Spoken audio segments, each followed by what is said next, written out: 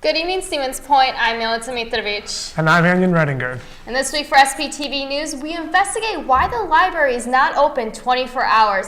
HASEAAC hosted their 16th annual dinner, and Wisconsin towns are footing bills for campaign trails. All this and more when we return.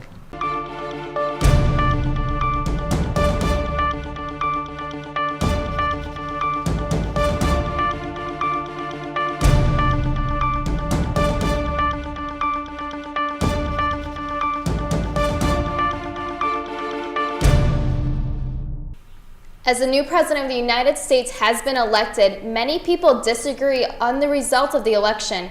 President Obama made a speech to unite the divided nation.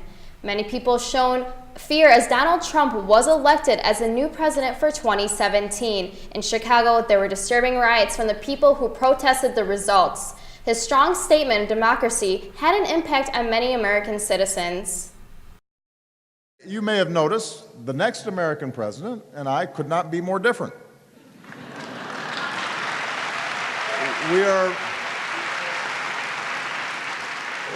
We have very different points of view, but American democracy is bigger than any one person. And that's why we have a tradition of the outgoing president welcoming the new one in, as I did last week.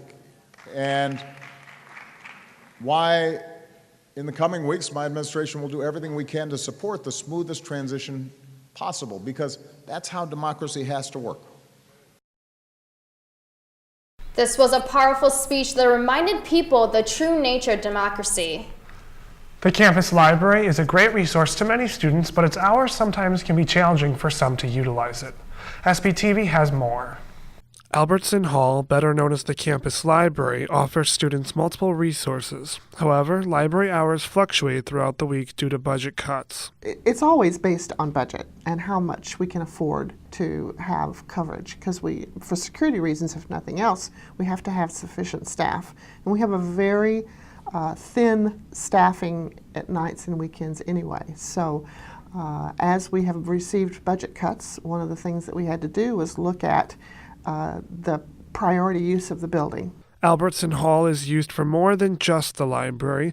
It houses tutoring services, IT, disability services, among other resources. Make a decision about hours for the library. Our first priority is student use.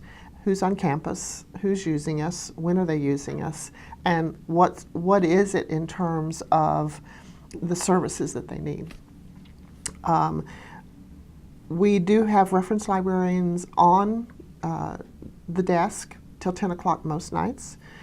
We do close early on Thursday nights and Friday nights simply because historically we don't get much use on those nights. Thursday and Friday nights are popular social nights for students. Davis says that it wasn't worth the budget of keeping a library staffed in case someone stopped by. So it comes right down to access to study areas. There are some extended hours for certain areas which some students may be unaware of. We also have an after hours, so when the computer lab downstairs, when IT has the computer lab open downstairs, there is an entrance into that for after hours when the library is closed, an outside entrance, and that then goes over into the cafe. So the cafe can be used for after hours. So our attempt is to have the building open as much as we possibly can with our financial restraints, and then push as much of the resources out digitally so that students can get to them anywhere. Some feel like it's hard to study within the time constraints. I have a lot of late night studying because I work at Chili's, so I don't get done until 10 or 11. So then if I need to get to the library and it closes at midnight, then I can't really go there. Otherwise, on Thursdays when it closes at 9, I'm never able to go there. Students like Winter use study rooms and study space to spread out in the library to collaborate and stay productive. My biggest thing is I need everything spread out when I work. So I go to the library a lot and use my computer, but then use their computer to look stuff up while I type on my computer. So I think it's really beneficial to use the library. I use the computers every day at the library. I'm always on the school computers because I just like the space that I have when I use them. We have a lot of projects that require group work, so we use the rooms a lot of times. I think I get a lot more work done at the library, but I also use the resources that are there. Budget cuts are unavoidable, so it's hard to accommodate everyone. However, students might face challenges with library hours, maybe because study area is limited across the rest of campus and in the community during later hours. The library is our resource, and we're paying to come to school here, and I feel like the library should be something that is available to all students at all times when we need it. I'm Anjan Redinger reporting for SPTV News. After-hour studying is available in the computer lab and Food for Thought Cafe for students who want to stay later. Check hours posted on the doors at Albertson Hall. Have you ever dreamed of visiting one of America's greatest natural wonders while being exposed to millions of years of American history? Well, UWSP Adventure Tours is providing an opportunity for students to hike along the Grand Canyon while learning more about the history and culture that surrounds it. The Grand Canyon is the famous steep-sided canyon that has been carved out by the Colorado River, the various tributaries for the past 2 billion years. The organizations are in the process of planning 2 tours in both September or October of 2017. For tour dates, applications, and prices, visit the UWSP Adventure Tours website. Though Wisconsin has had great luck with warm weather in the past month, winter is fast approaching, and UWSP is helping students to prepare. Winter Awareness Week is this week. It focuses on educating students on how to stay safe during the winter months. Topics of the week include winter driving, home preparation, checking carbon monoxide detectors, and inclement weather policies. UWSP also stresses that the campus and classes will only be canceled under the most extreme weather conditions, and will keep students and staff notified through local media for the full list of winter preparation and safety measures. Check the campus announcements and UWSP website for more. Door County, Wisconsin is well known for its cultural heritage, architecture, and most notably, its environmental conservation. The Door County Land Trust is trying to do more to preserve the scenic beauty and ecological integrity of the area, and the community is helping out. The Bladholm family is working with the Door County Land Trust to conserve their 40-acre woodland and hope that people can enjoy this land for centuries to come. The family discovered this land while looking for a campsite and spent many years vacationing in retirement, loving the land and exposing their friends and family to the beauty of nature. Door County Land Trust nature preserves are open year-round to public with no charge. Wildlife observation, hunting, and other low-impact, non-motorized recreational activities. On December 3rd and 4th, UWSP's very own 90 FM is hosting their annual radiothon. Hundreds of dollars worth of gifts are purchased and then auctioned off on the air. This year, there will be 80 packages that will be auctioned off during the weekend, with 4 being available every hour. The theme for this year's auction is Break 8, because the station hopes to break their all-time record of $7,885. All the proceeds from the event will go towards maintenance of 90 FM. For more information, visit the 90 FM Facebook page. This past Friday, UWSP students, faculty, and staff received an email from Chancellor Bernie Peterson. He discussed how last week many students and faculty members have expressed concerns about the social environment here on campus. Chancellor Peterson reaffirms the UWSP belief of freedom of expression and overall diversity. He states that hateful comments or actions undermine the educational process here at Point and will not be tolerated. Chancellor Peterson stresses that if anyone feels threatened or sees anyone participating in this behavior, to report it to the Dean of Students, Protective Services, or Stevens Point Police. If a student needs to talk to anyone or has any concerns, the Counseling Center or the Diversity in College Access offices are available to all students. The Chancellor ends his email stating that UWSP is open to all and that we need to embrace our differences because it makes us a lot stronger. SPTV News will keep you updated on this story. Earlier this week, the National Society of Leadership and Success brought in Olympic gold medalist Nikki Stone to UWSP. Caroline Gilchrist and Nicole have more. Each semester, the National Society of Leadership and Success carefully selects a live speaker to come to campus and inspire students and community members alike. This semester, the organization chose Nikki Stone, the first American to win an Olympic medal in aerial skiing. So after doing some research on some live speaker websites, I found Nikki, and she stood out to me because her story was just so much more outrageous than everyone else's. It was so inspiring, and I thought that the students at UWSP could really take something from her. Nikki shared her story of overcoming what should have been a career-ending back injury to take the 1998 Olympic gold medal. She learned that she had to take risks in order to accomplish her dreams. To be successful, I had to follow what they called the turtle effect. And they said, to be successful, you have to be soft on the inside, you have to have a hard shell, and you have to be willing to stick your neck out. Now, Nikki travels around the country inspiring various audiences. She enjoys the enthusiasm that students express toward pursuing their dreams. Students are incredibly eager to take in the motivation. They have the drive.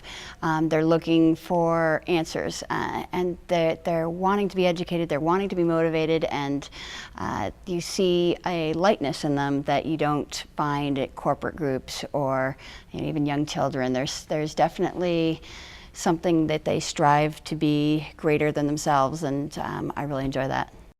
After the presentation, the audience left feeling motivated by her story of success. Her presentation was great. There's nothing I would change about it. I think her story is just as outrageous as I thought it was going to be, and there's a lot of good lessons that everyone can take from it. For SPTV News, I'm Caroline Gilchrist. While the National Society of Leadership and Success does not have any more live speaker events, they do hold live video broadcasts about once a month. For more information about these events, look for posters around campus. The Residence Hall Association works to help make campus living a better experience for all students. Twice a semester, RHA sends out a report called the Hall Street Journal to inform students what is happening in every hall, who currently has an executive position at RHA and an advisory column. All students should have received an email with this quarter's copy of the Wall Street. But if you want more information on RHA and what's going on in the Residence Hall, check out their website. After years of hard work and earning their degree, UWSP students get to celebrate their achievements during commencement. Students have 2 opportunities a year to walk at graduation, and the first winter commencement ceremony is coming up.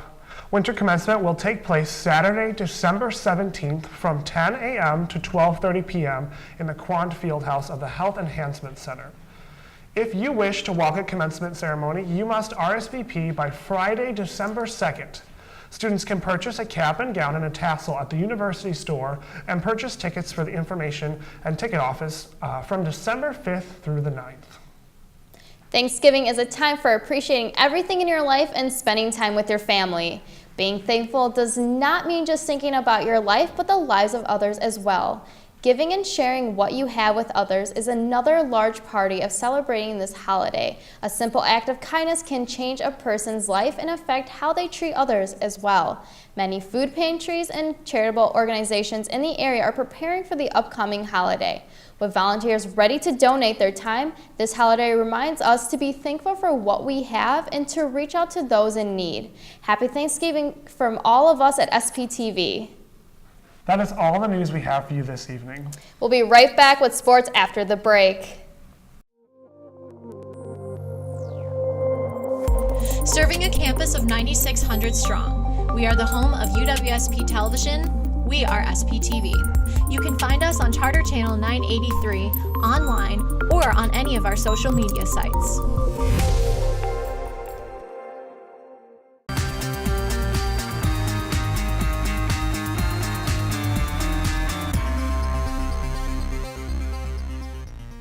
In sports this week, the Pointers football team finished their season with a loss to UW River Falls by a score of 34-17 this past Saturday at River Falls.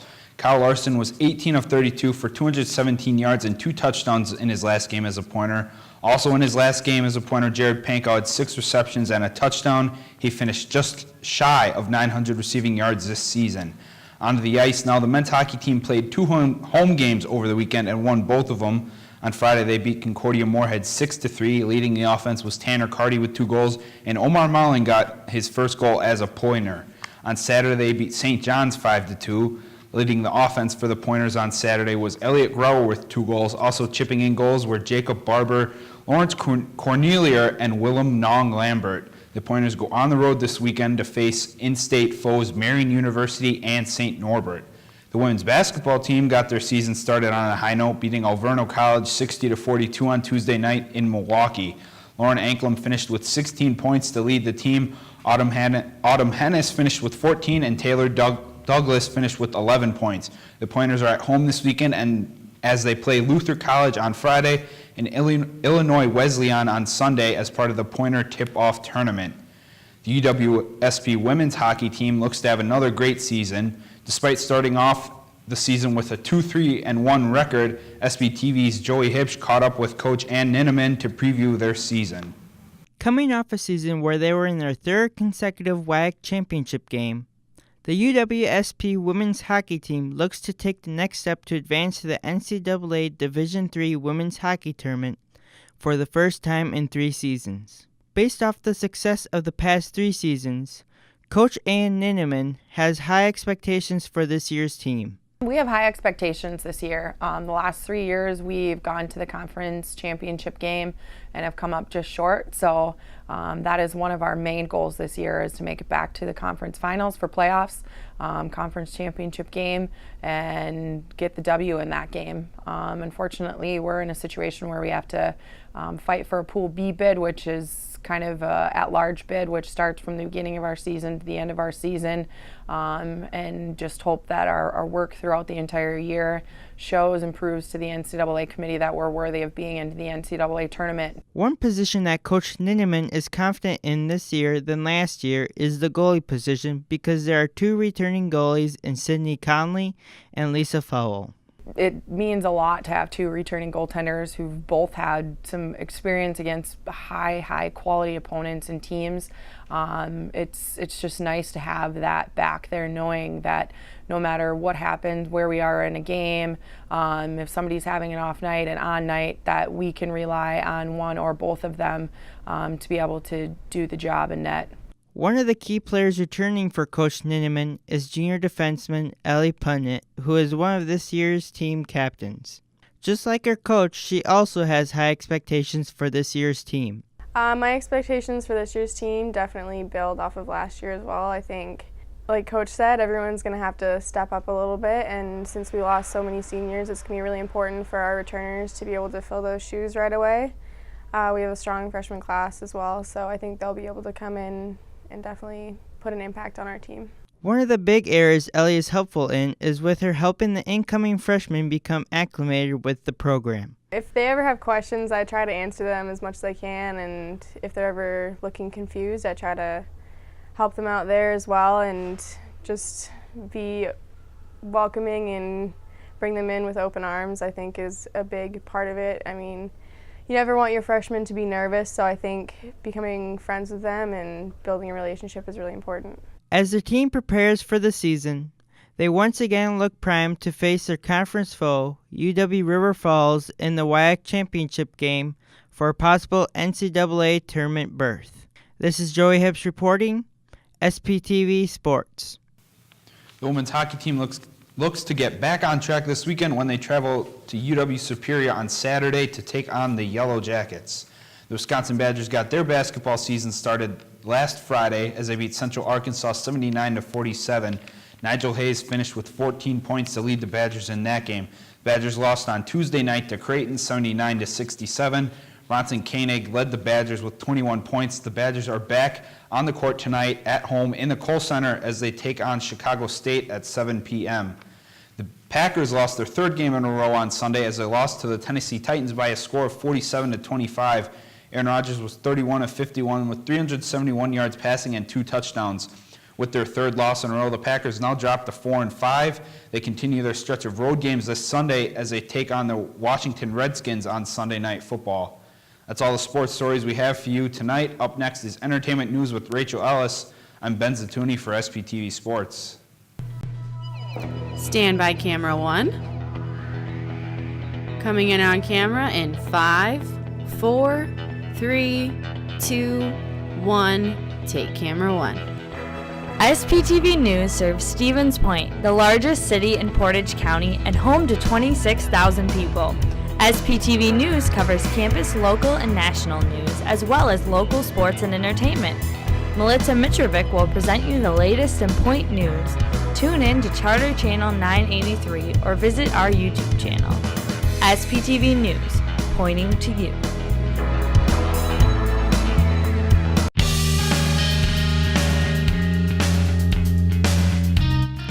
Warzala, the 7th largest book printer in North America, is hiring students for the semester.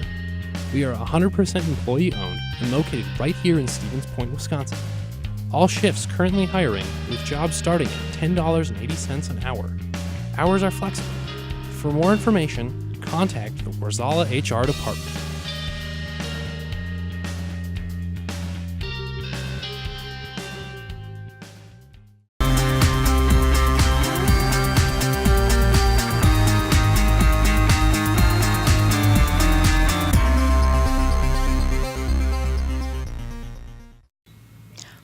Welcome back, Pointers. Stevens Point will be seeing a lot of high schoolers and potentially future students on campus this weekend.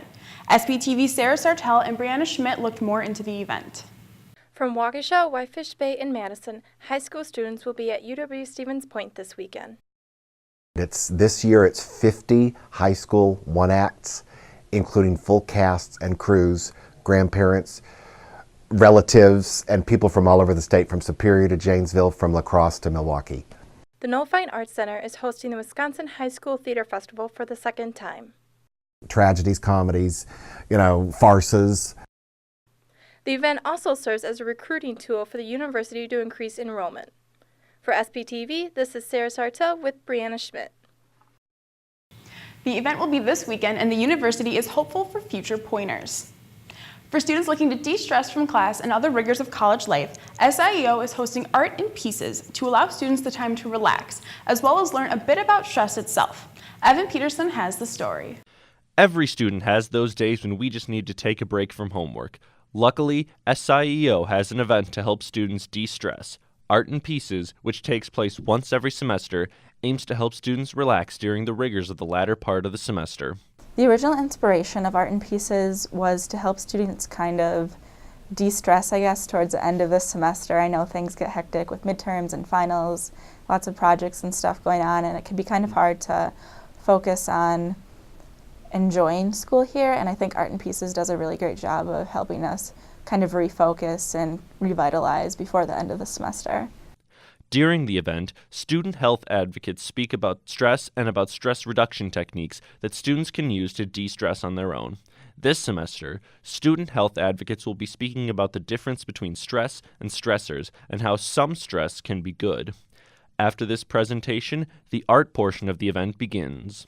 After that, students will be allowed to paint on canvas or color on coloring pages that we provide them, and kind of just hang out with their peers, listen to some music, and relax for the rest of the night.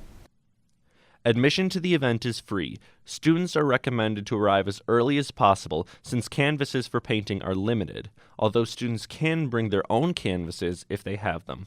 If there are no canvases available when you arrive, though, don't worry, because you can still color with colored pencils.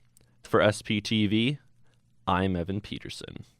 To learn more about Art in Pieces and other SIEO events, visit the UWSP website or their spin page. The Central Wisconsin Youth Symphony Orchestra will be performing this upcoming weekend, as well as honoring a special member.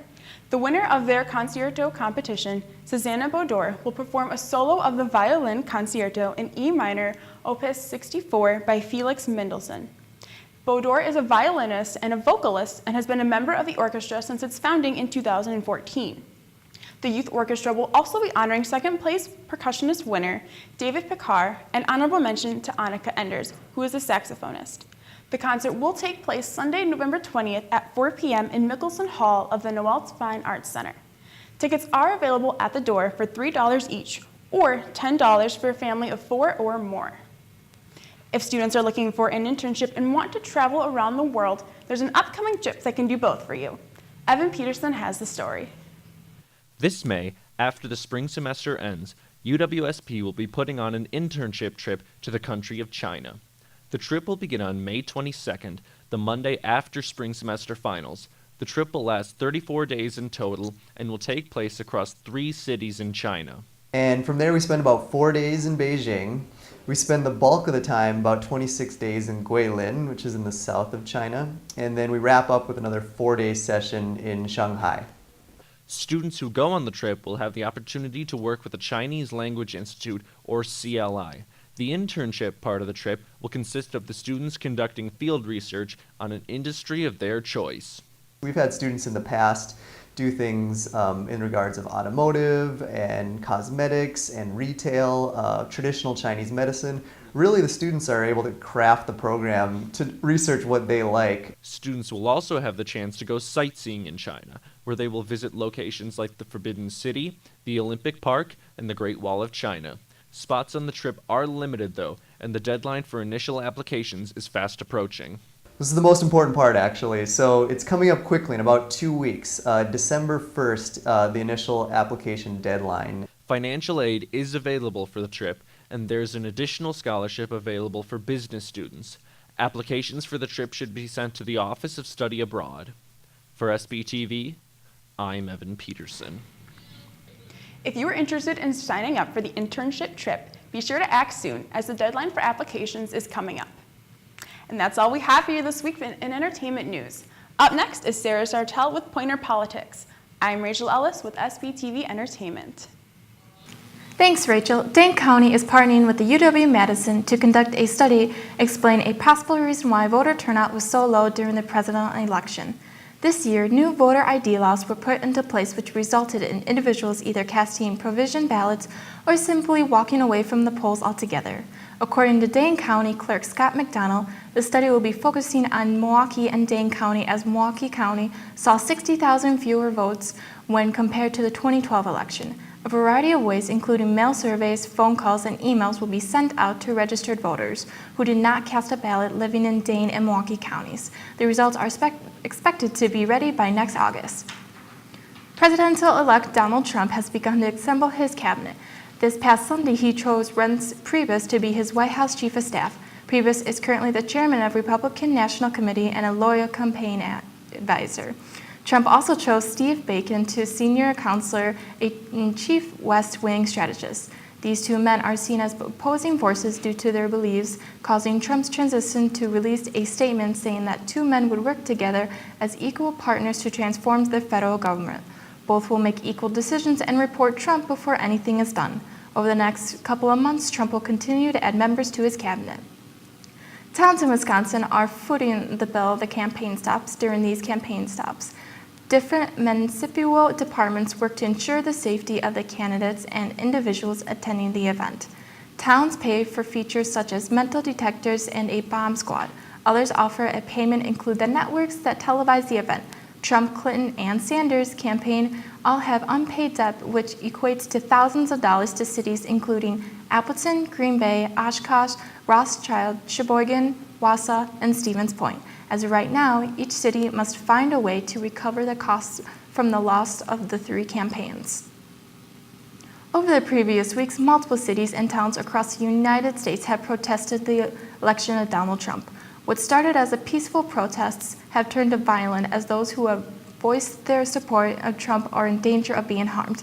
An anti-Trump protest in Rockville, Maryland, as a student was beaten for wearing a hat that read, "Make America Great Again," as hundreds of Washington students left school this past week to protest. This is the first time that one has become violent. Larger cities are not immune to violence as it continues to escalate in the midst of fear. That is all for you we have in this week in Pointer Politics. We'll be right after the break. How can you get involved with student media at UWSP? Connecting with your campus television station, SPTV, is easy. Like us on Facebook, subscribe to our YouTube channel, follow us on Vine, follow us on Twitter, follow us on Pinterest, follow us on Instagram, or connect with us on Google+. But of course, the best way for you to get involved and stay up to date with all that is happening at our station is to stop by our studio. We're located in the Communication Arts Center at UWSP, Studio B, Room 121. You can also drop by our office, Room 130, for more information on station happenings. We can't wait to get you involved. Come join us at SPTV. Let's make media together. That's all we have for you this week in SPTV News. Make sure to keep yourself updated on SPTV's social media pages. And due to Thanksgiving next week, we will not be airing any shows. But until next time, Stevens Point, have a great night.